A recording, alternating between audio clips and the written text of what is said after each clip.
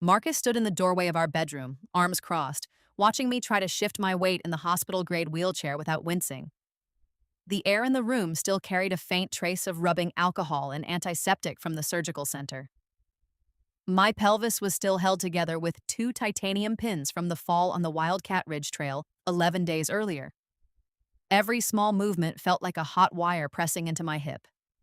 He stood there, dressed for work in his ironed button-down shirt, looking down at me as if he were confirming a routine dinner reservation with a receptionist. "My dad's 70th is in 9 days," he said, his voice flat, without a trace of hesitation. "Everyone's flying in. 9 people staying 10 nights. You need to get the house ready."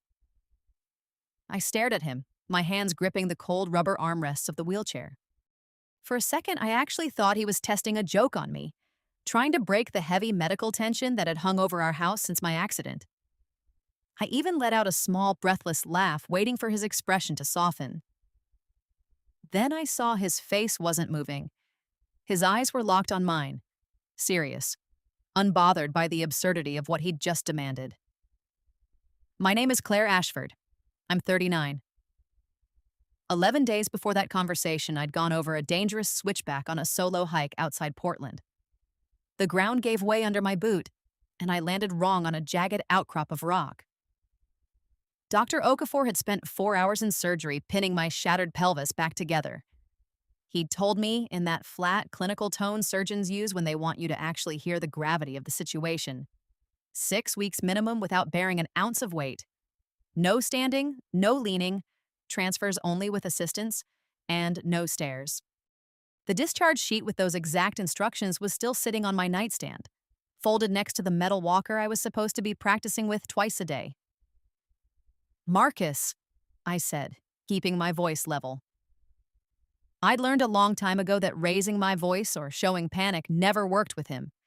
It only gave him an excuse to call me emotional. "I can't stand at a stove for 10 minutes right now without my hands shaking from the pain medication. Please, can we ask your dad if we push this celebration back a few weeks? Just until I can stand on my own." He didn't look up from his laptop screen, his fingers clicking away on the keyboard. "It's his 70th, Claire. You don't push back a milestone birthday because of bad timing. They already booked their flights months ago." 17 years of marriage, and I'd never once heard him call my orthopedic surgery bad timing to my face like that. He didn't say it cruelly exactly. It was worse than cruelty. It was administrative. He spoke to me like I was a scheduling conflict on his calendar, an inconvenient line item rather than his wife whose body was literally being held together by surgical hardware. I didn't argue with him in the moment. I never do. I've always been the kind of woman who needs time alone with a thing, turning it over in the dark before I know what I actually think about it. So I gave a tight, submissive nod. He left the room, satisfied his order had been logged, already texting his mother the arrival logistics, I assumed, though I didn't check my phone to confirm it. I remember the exact moment I understood how deep this family pattern actually went. It was 4 Octobers ago, back when Gerald's birthday week still fell during our daughter Ivy's fall break from high school. I'd made a lasagna the night everyone arrived. From scratch, the way his mother, Dot, always insisted was the only proper way to feed a family. I'd spent nearly 3 hours in the kitchen, rolling out pasta dough, simmering the sauce, lifting heavy ceramic baking dishes while nursing a miserable head cold. I hadn't mentioned the fever to anyone because nobody had bothered to ask how I was feeling since they stepped off the plane. Halfway through the dinner, Gerald pushed his plate half an inch away, cleared his throat loudly, and announced to the table that the sauce needed more oregano, the way his late mother used to make it back in Chicago. Dot nodded along, taking a sip of her wine and adding that I'd probably rushed the simmering process because I was distracted. Marcus's brother Tate laughed into his beer and muttered something about how domestic skills skip a generation sometimes. Nobody at that table asked why I hadn't eaten a single bite. Nobody noticed my face was flushed with 101 fever, or that I'd quietly excused myself twice to sit on the cold floor of the downstairs bathroom with a wet washcloth pressed to the back of my neck just to keep from fainting. Marcus found me there during my second disappearance, sitting on the closed toilet lid in the dark. He looked at me, genuinely concerned, and asked if I was upset about his father's oregano comment. Not whether I was sick, not why my skin was burning hot, just whether I was being overly sensitive about the food. I told him I was fine, wiped my face, and went back downstairs to serve dessert. That memory sat with me that night, 11 days after my surgery, sharper than it had any right to be after 4 years.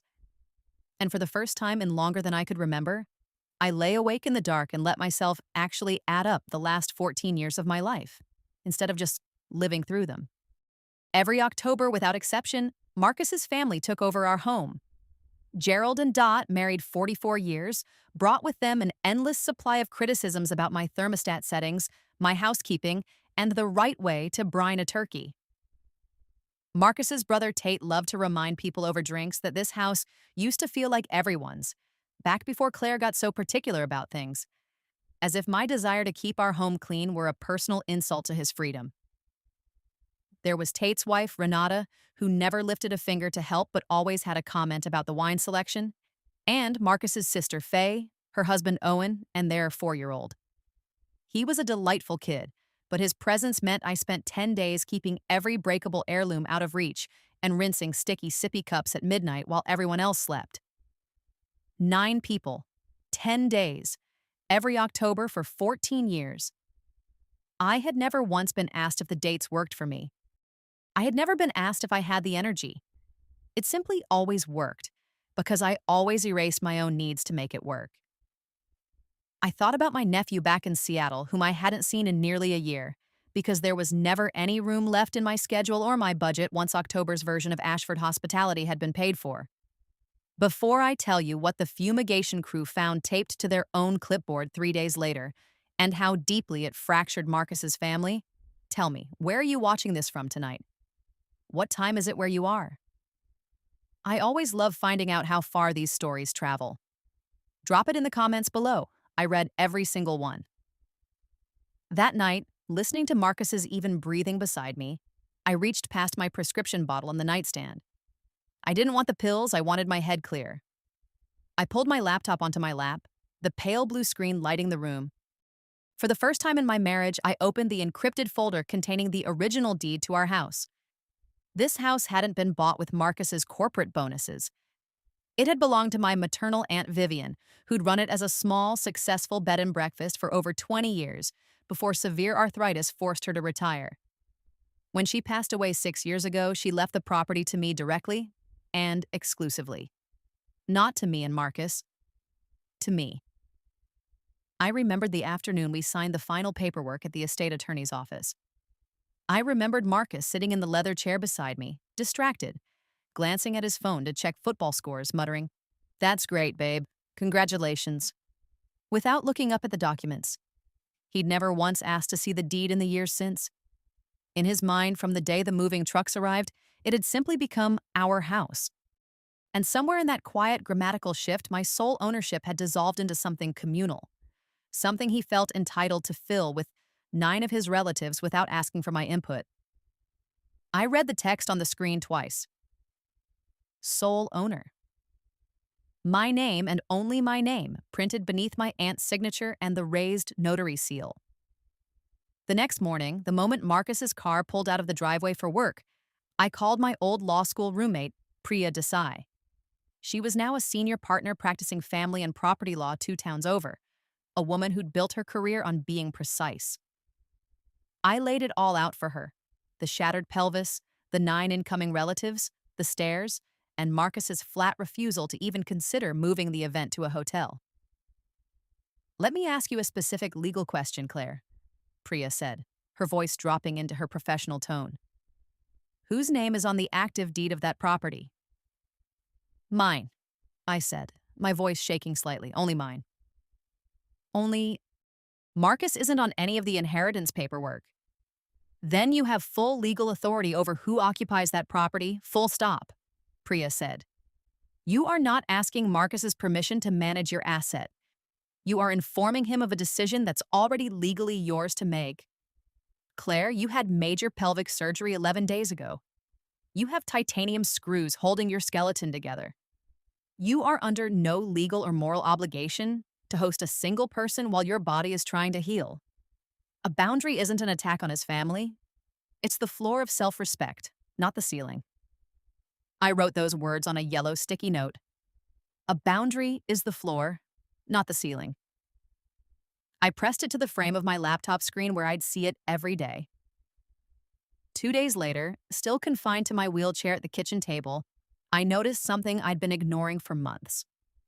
Along the baseboard near the back of the pantry, there was a soft, crumbling texture in the wood. When I leaned closer, I saw tiny pinprick holes near the floor trim. I'd mentioned this exact soft spot to Marcus back in July, asking him to look at it before it got worse. But he told me he'd get around to it over the weekend. He never did, and I'd been too busy managing his life to follow up. I called Cascade Pest Solutions myself. The senior technician, a straightforward man named Doug, came out within 48 hours. It took him about 90 seconds with a flashlight and a metal probe to confirm the problem.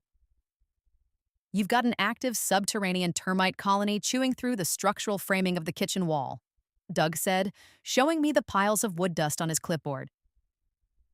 The infestation is significant enough that spot treatments won't touch it. I'm recommending full structural tenting. The entire house needs to be sealed under vinyl tarps and fumigated for 72 hours minimum. Every living thing, human, pet, or houseplant, has to be out of that structure for the duration. It's state law, Claire, no exceptions. I looked at Doug, my heart pounding. How soon can your crew schedule a full tenting? Doug tapped his tablet, scrolling through his calendar. We just had a commercial cancellation for this coming weekend. I could get a crew out here to drop the tents Friday morning first thing. The same Friday morning, Gerald's birthday guests were scheduled to land at the airport. For the first time in 11 days, I felt the tight knot in my chest unclench.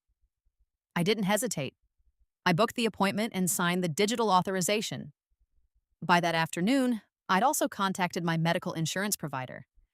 Given the severity of my orthopedic restrictions and the temporary uninhabitability of my home, they confirmed I qualified for a fully covered short-term stay at a specialized medical recovery suite 20 minutes away. It was a single-level apartment designed for post-op patients with safety grab bars, a built-in shower chair, and a physical therapist who did wellness check-ins 3 times a week. I hadn't mentioned a word of this option to Marcus. Why? Because not once in the 11 days since he brought me home from the hospital had he asked how I planned to manage my physical therapy, or how I'd navigate our 2-story house while trying to cook 3 meals a day for 9 people. I packed my bags quietly on Thursday night while Marcus was at his brother Tate's house, drinking beer and finalizing the airport pickup schedules. Moving slowly, my surgical brace creaking faintly with every shift of my weight, I folded enough comfortable clothes for 2 weeks. I packed my medications, my post-op folders, my laptop, and a small framed photograph of Aunt Vivian. Before I rolled myself out to the accessible taxi I'd called, I left a single sheet of paper on the granite kitchen counter. The note was factual, stripped of emotion or drama. Gone to recovery housing per my surgeon's strict orders. The house is under a mandatory structural termite fumigation starting Friday morning. Oregon state law requires full vacancy of the premises for a minimum of 72 hours due to chemical toxicity. The pest control company holds the only entry key. Please do not attempt to enter or interfere with their treatment schedule. It is a licensing and liability issue for their crew. I drove away, and that night, sleeping in the adjustable hospital bed of my quiet recovery suite, I slept better than I had since the day I fell on the trail.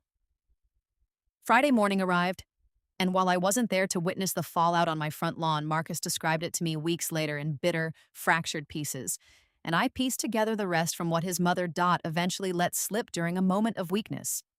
Around 10 o'clock that morning, 2 rental SUVs pulled into my driveway, packed with heavy suitcases, golf clubs, and a cooler of specialty meats Renata insisted on traveling with every year. 9 members of the Ashford family spilled out onto the grass, talking loudly, laughing, debating who'd claim the larger guest room upstairs. But as they walked up the stone path, they stopped dead in their tracks. The 2-story craftsman house was swallowed by a bright yellow and red vinyl tarp. The home was a sealed, airtight tent from the roofline down to the foundation. Zip-tied to the porch railing at eye level was a laminated state hazard notice. Structural fumigation in progress. Danger, do not enter. Unauthorized entry may result in exposure to lethal gas. No exceptions. Doug's crew foreman, a large man in protective coveralls, walked over and calmly informed Marcus and an increasingly red-faced Gerald that there was no entry permitted onto the property by law for the next 3 days, regardless of who was turning 70. My phone started vibrating on my nightstand at 11 that morning. Marcus called me 6 times in a row, the screen lighting up like an accusation. I let it ring. When I finally picked up on the 7th attempt, sitting on the edge of my medical bed, his voice came through sharp, stripped of his usual practiced smoothness. "What the hell did you do, Claire?" "No, good morning." "No, how is your pelvis feeling today?" Just fury.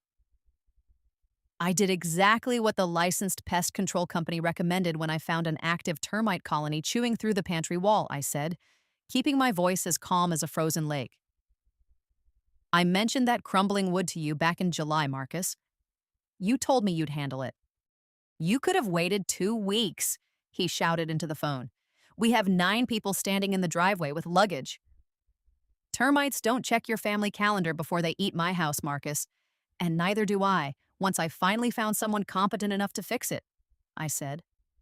"I also told you 11 days ago that I needed you to move this visit because my body can't handle it. You told me it was non-negotiable. So I found a solution that works for everyone.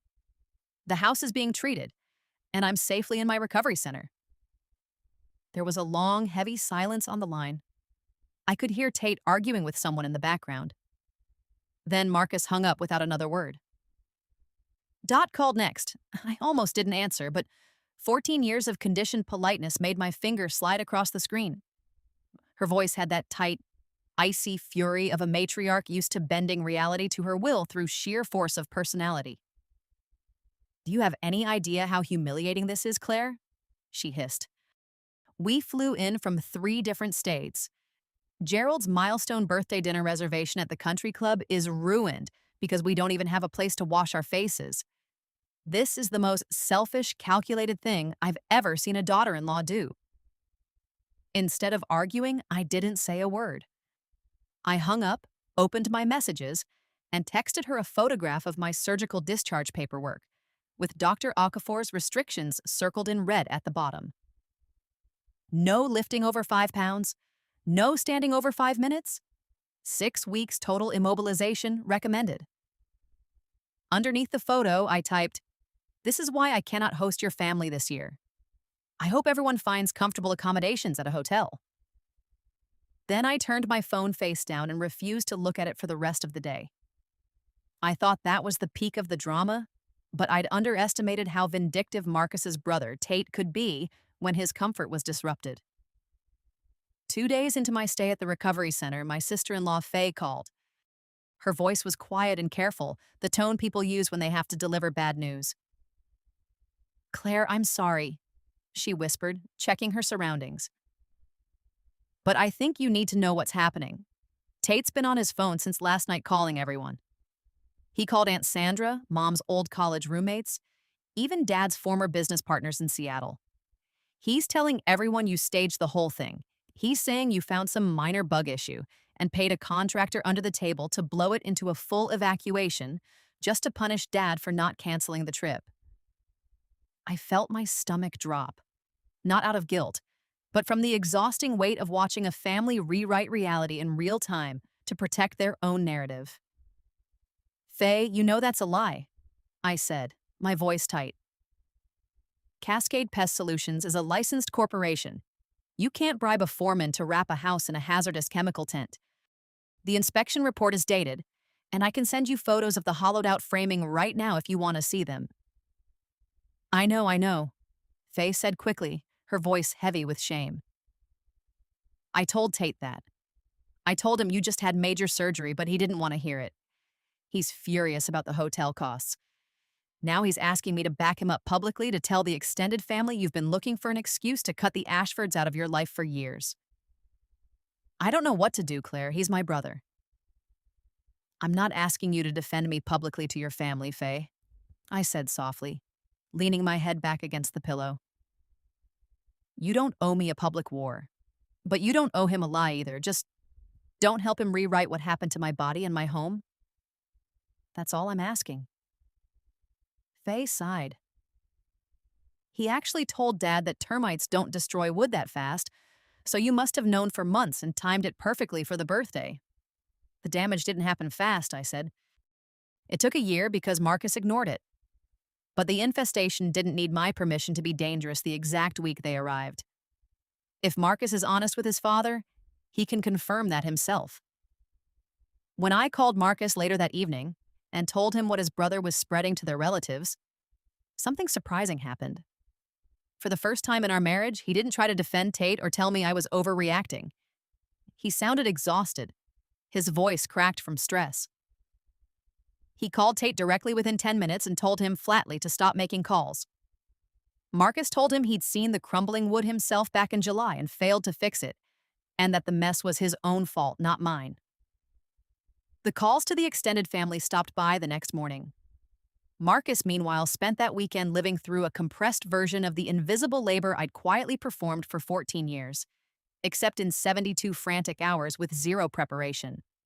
9 people needed hotel rooms on an October weekend when the Portland Rose Festival had already booked every downtown hotel solid. He spent 5 hours parked in a gas station lot, redialing reception desks until he found vacancy at an airport Marriott. 2 hours from their planned activities at a premium emergency rate. I later found out, from a text he accidentally sent to the wrong chat, that those 3 nights cost him just under $3,800 out of his own account. He was the one managing the logistics now, driving Dot to a pharmacy at midnight because she'd forgotten her blood pressure medication, fielding Renata's complaints about the hotel not having a pool for her kids, trying to find a restaurant that could take a walk-in party of 9 on a Friday night with no reservation. I wasn't there to watch him struggle through it, but I could picture the scene with real clarity. I'd lived that exact routine every October, absorbing complaints, managing moods, fixing mistakes, invisible the whole time. By the second night, the tone of his texts shifted. The first day had been all capital letters and clipped commands. By Saturday night at 11, Dad's complaining the hotel pillows are too flat and his back hurts. Can't win. No accusation attached. Just the exhaustion of a man finally carrying the weight of his own family's expectations. Sunday afternoon, my daughter Ivy called from her dorm in Seattle, laughing before I'd even said hello. "Mom, oh my God," she said. "Grandma Dot actually called me an hour ago, trying to get me to talk some sense into you about how a wife's supposed to behave." "And what did you say?" I asked, a smile breaking across my face. "I told her you have titanium hardware holding your skeleton together right now, and if anyone needed sense talked into them, it was her." Her tone shifted, quiet and unexpectedly serious. "Mom, can I tell you something honest? When I was growing up, I thought you just loved hosting. I thought cooking for 10 days straight was just your thing. It wasn't until I moved out and came back last year that I realized how exhausted you looked every October. I realized you never actually got a choice in any of it." I sat in my wheelchair looking out the window of the recovery suite, and my eyes stung unexpectedly. "I didn't think you noticed that, Ivy." "I noticed," she said softly. "I just didn't have the words for it as a kid. I'm glad you found them yourself." Marcus called Sunday night, his usual confidence gone, replaced by a hollow, worn-down rhythm. "The kids are cranky," he said. "Dad's furious we're not spending his birthday in the living room. Tate keeps insisting his place could have held the whole family, which, Claire, it's an 1,100 square foot condo with 1 bathroom. It would have been a disaster. But everyone always assumed our house was supposed to just work." He paused, like he'd surprised himself. "I've been doing the driving, the grocery runs, the reservations. I didn't realize how much—" He didn't finish the sentence. For the first time in 17 years, I resisted the urge to finish it for him. I let the silence hang until he said goodnight and hung up. That was the night, sitting alone at the small table in my recovery suite, I pulled up an old spreadsheet I'd started nearly a decade earlier. Originally, it was a simple tool to track our household budget and save for Ivy's college fund. But over the years, without any grand plan, I'd kept tracking the specific expenses of every October visit out of a habit of documentation. I sat there highlighting rows, adding columns. The grocery spikes every October compared to our quiet months. 2 replacement air mattresses after Tate's boys punctured them. A new guest mattress because Gerald complained the old one wasn't firm enough for his back. A rental car we covered the year Tate's transmission blew out mid-visit, and he needed a little help getting back on his feet. Airline tickets we quietly bought for Dot and Gerald 3 separate times when Gerald mentioned their retirement accounts were tight. The final number at the bottom of the column made me lean back in my chair. Over 14 years, the total cost of their 10-day annual visits came to $94,300. I didn't cry. I felt something cold and clear settle over my shoulders, the way a surveyor must feel studying a property line dispute. Not emotional, just a precise mathematical fact. I'd spent nearly $100,000 and thousands of hours of unpaid, unthanked labor providing a stage for a family that viewed me as background staff.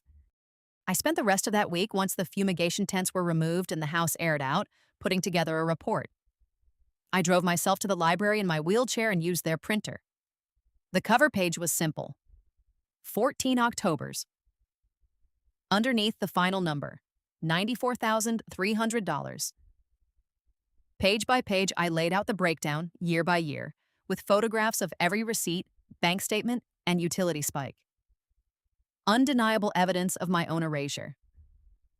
I called Marcus and asked him to gather the family at the house Monday evening, the night before they flew back to their states.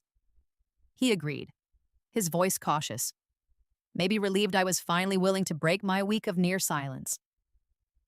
When I arrived at the house that evening, rolling through the front door, the home was immaculate.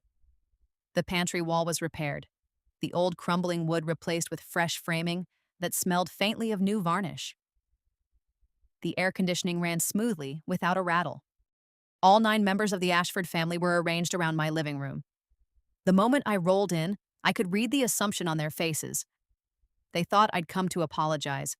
They expected me to explain my breakdown, express guilt over disrupting Gerald's birthday, and let them gently forgive me so I could slip back into my old role. Dot leaned forward in her chair, arms half raised as if preparing for a condescending embrace. I didn't offer a word of greeting. I unzipped my laptop bag and began distributing the folders, rolling from person to person, placing a copy in each of their laps in silence. Then I wheeled myself to the fireplace, standing apart from them, right where I'd stood in the background of 100 family holiday photographs. I want everyone to open to the first page, I said, my voice steady, quiet, but carrying weight that filled the room.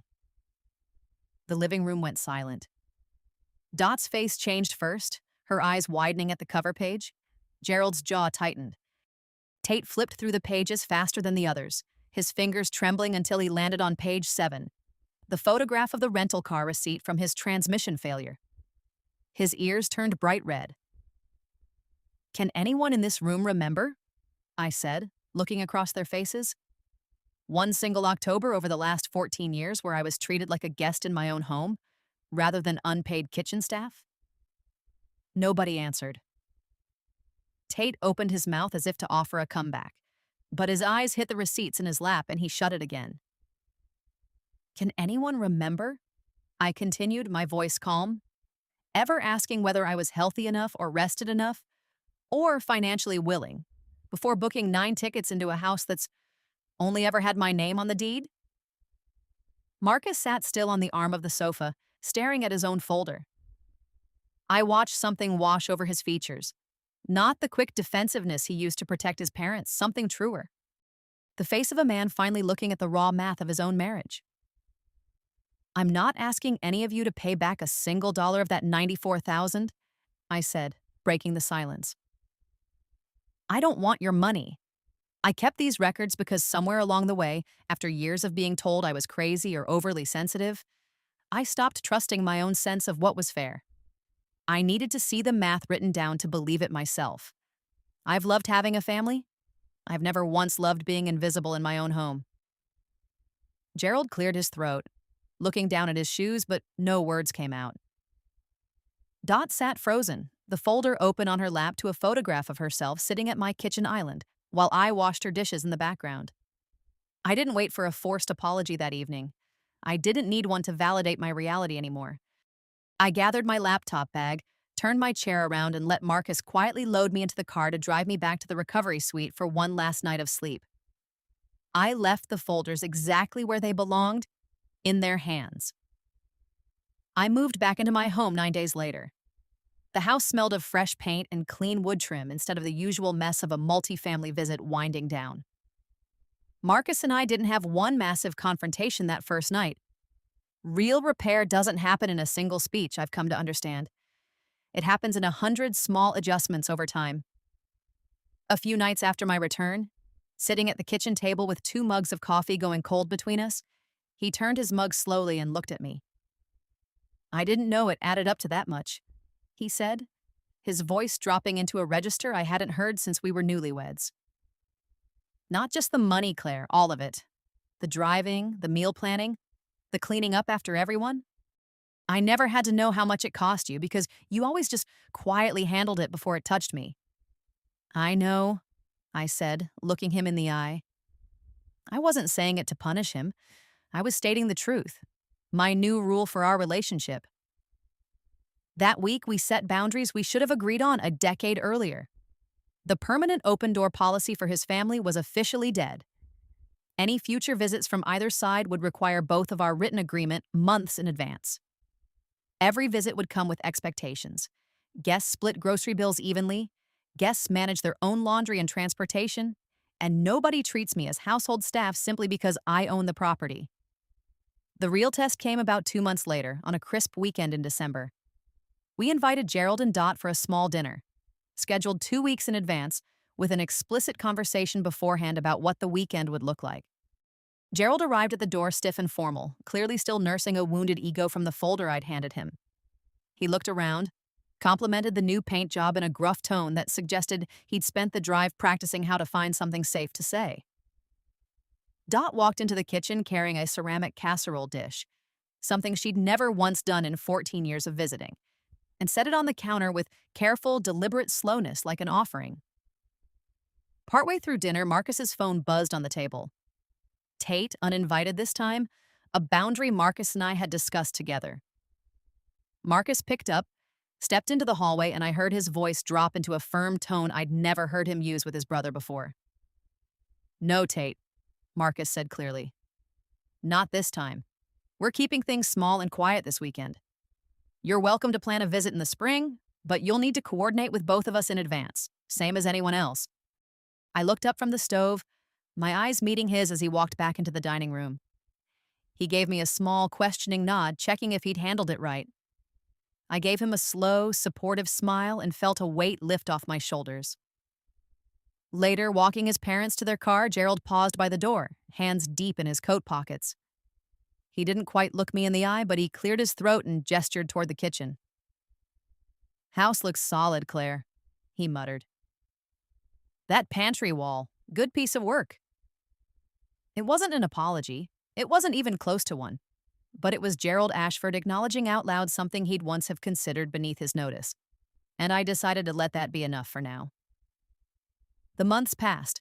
Winter bled into spring, and my pelvis healed fully. The wheelchair and walker went into the corner of our garage, hopefully never to be seen again. Then, on a quiet Tuesday evening in April, my phone rang while I was making dinner. The caller ID read Dot Ashford. A small, familiar muscle of anxiety tightened in my stomach out of old habit, but I took a breath and answered. Her voice sounded different than the commanding tone I'd known for over a decade. Smaller, hesitant. "Claire?" she said quietly. "I was wondering, would next Saturday afternoon be a good time for us to come by? Just for a few hours. I'll call ahead, of course, and I'd love to bring lunch if that's all right with you." I stood alone in my kitchen, watching the afternoon light stream through the window over the sink, turning the counters gold. It wasn't an explicit apology. Dot Ashford, I suspected, would probably live her whole life without ever managing to say the words, "I'm sorry." But it was something more valuable. A woman who'd once treated my home as her birthright was standing at the gate, asking gently if she might be allowed to knock. "Saturday afternoon would be lovely, Dot," I said, my voice warm and genuinely peaceful. "I'll see you around 1. Around." If you've ever spent years feeling like an invisible servant in your own home, if you've given so much of yourself away that people around you forgot to check whether you had anything left to give, I hope Claire's story reminded you tonight that it's never too late to stand up, show the math, and demand to be seen. I'd love to know where this story found you tonight. Drop a comment below with your city and let me know your thoughts. Hit that subscribe button so you never miss our daily stories, and let's keep this journey going together. I'll see you in the next video.